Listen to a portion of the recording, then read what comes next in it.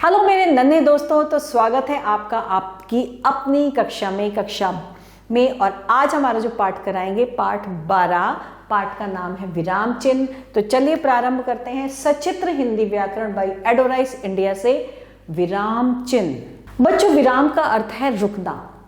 जब हम बातचीत करते हैं तो अपनी बात को ठीक ढंग से समझाने या कहने के लिए बीचों बीच में रुकते हैं, इसे विराम कहते हैं। लिखते समय उस विराम को दिखाने के लिए हम कुछ चिन्हों का प्रयोग करते हैं, ये चिन्ह विराम चिन्ह कहलाते हैं। लिखित भाषा में ठहराव को दर्शाने एवं भावों को स्पष्ट करने के लिए जिन चिन्हों का प्रयोग किया जाता है उन्हें विराम चिन्ह कहते हैं। कुछ प्रमुख चिन्ह। विराम चिन्ह कई तरह के होते हैं, हम यहाँ केवल 6 विराम चिन्हों के बारे में बताएंगे। पूर्ण विराम, अल्प विराम, प्रश्न चिन्ह, विस्मयादिबोधक, योजक और कोष्ठक। पूर्ण विराम, वाक्य पूरा होने पर पूर्ण विराम लगाया जाता है, जैसे रागिनी सोने जा रही है, पूर्ण विराम। आकाश में तारे चमक रहे हैं, पूर्ण विराम। अल्प विराम, बोलते या पढ़ते समय जहां थोड़ी देर के लिए रुकते हैं तो वहां पे अल्प विराम यानी कि ये कॉमा आ जाता है, जैसे आज मैंने आम, केला, सेब और संतरा यानी कि मैं रुकी ना, खाया, तो वहां पे ये अल्प विराम। राजीव बाजार से दूध, ब्रेड, फल और सब्जी लाया, तो ये हो गए हमारे अल्प विराम। प्रश्न चिन्ह, प्रश्न पूछते या लिखते समय वाक्य के अंत में क्वेश्चन मार्क इंग्लिश में बोलेंगे तो इसको बोलेंगे प्रश्न चिन्ह का प्रयोग किया जाता है, जैसे आपका क्या नाम है, आप कौन सी कक्षा में पढ़ते हैं, आप कहाँ रहते हैं इत्यादि। सुगंधा, तुम क्या खा रही हो, तुम मेरी बात क्यों नहीं मानती, तो यहाँ पे प्रश्न चिन्ह। और विस्मयादिबोधक चिन्ह, हर्ष यानी कि खुशी, दुख, आश्चर्य और घृणा आदि के भावों को प्रकट करने वाक्यों में विस्मयादिबोधक यानी कि ये वाला चिन्ह का प्रयोग किया जाता है, जैसे अरे यह तुमने क्या किया, वाह कितना सुंदर मंदिर है, तो वाह के आगे हमने क्या लगा दिया, विस्मयादिबोधक चिन्ह लगा दिया।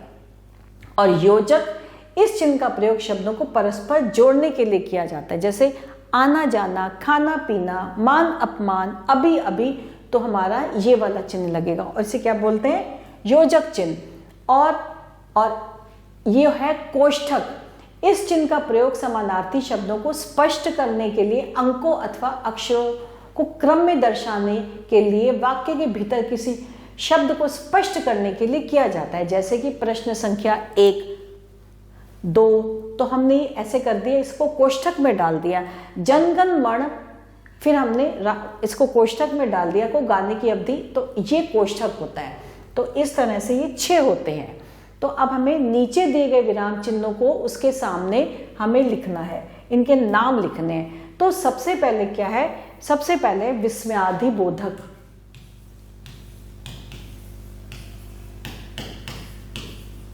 ये कौन सा चिन्ह था, विस्मयादिबोधक चिन्ह, ठीक है। और अब है, ये कौन सा चिन्ह है, ये अल्प विराम।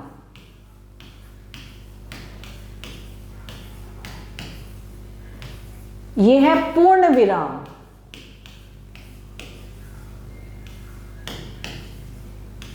और ये है प्रश्न,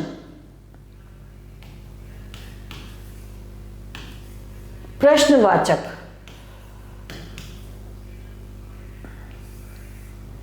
और ये जो है, ये है योजक।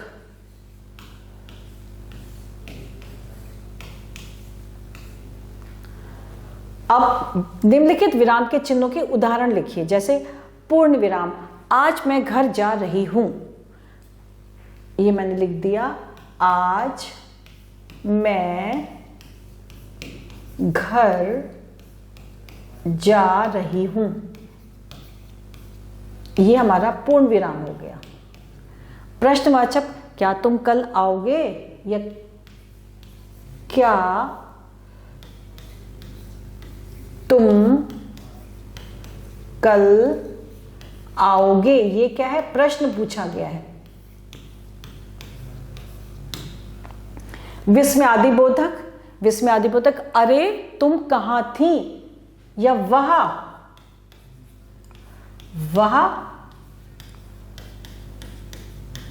कितना सुंदर मंदिर है। वाह कितना सुंदर मंदिर है। योजक का हो जाएगा जैसे अभी अभी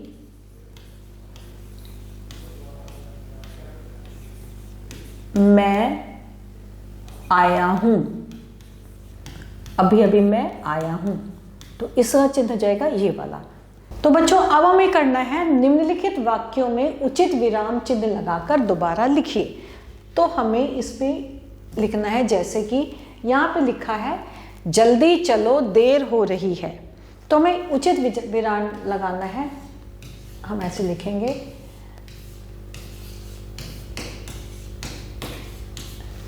जल्दी चलो देर हो रही है। कामना, रमा, साक्षी और महिमा बगीचे में बैठी हैं। इसमें कौन सा वाला लगेगा? यहाँ पे हम लिखेंगे कामना, रमा, अल्प विराम आता रहेगा, साक्षी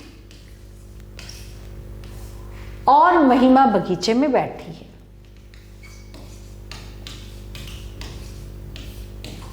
और महिमा बगीचे में बैठी हैं।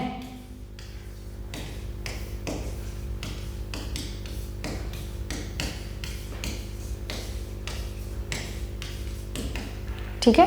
अब अच्छी यहां कितनी गंदगी फैली हुई है, इसको कैसे लिखेंगे?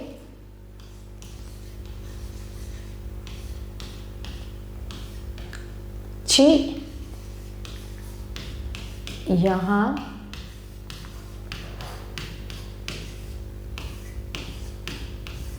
कितनी गंदगी फैली हुई है।